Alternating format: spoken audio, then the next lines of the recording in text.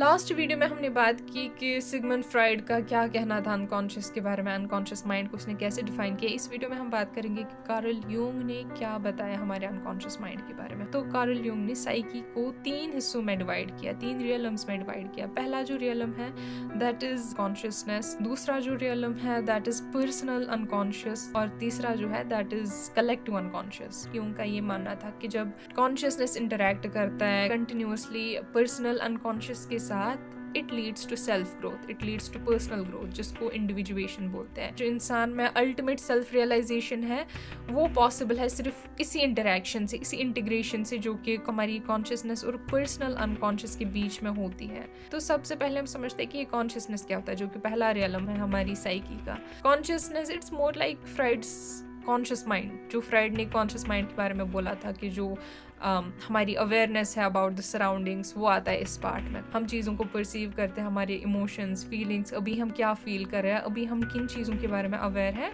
वो आता है इस वाले रियलम में। और ये जो कॉन्शियसनेस है या ये जो फील्ड ऑफ अवेयरनेस है, इसके सेंटर में आता है ईगो। इसका गेट कीपर जैसा काम होता है कि किन एक्सपीरियंसेस, थॉट्स या फीलिंग्स को अलाउ करना है या एलिमिनेट करना है, रिप्रेस करना है, इग्नोर करना है, सो दैट ये एक इंसान की सेल्फ ऑफ आइडेंटिटी क्रिएट कर सके। और जो दूसरा रियलम है हमारी साइकी का, पर्सनल अनकॉन्शियस, ये वो हिस्सा है हमारी साइकी का जिसमें रिप्रेस्ड थॉट्स होते हैं, इमोशंस होते हैं, या वो सबलिमिनल मेमोरीज होती है या फॉरगॉटन मेमोरीज होती है जो कि हमारी अभी कॉन्शियस माइंड में नहीं है। जो ये रिप्रेस्ड फीलिंग्स या इमोशंस आते कहाँ से? As I told you already, जो हमारा ईगो है जो कि सेंट्रल पार्ट है कॉन्शियसनेस का, वो कुछ चीज़ों को रिजेक्ट करता है, इग्नोर करता है, रिप्रेस करता है, और वो कहाँ जाता है? वो जाता है इसी पर्सनल अनकॉन्शियस में। और फिर आता है कलेक्टिव अनकॉन्शियस वाला पार्ट, जो कि तीसरा रियलम है हमारी साइकी का।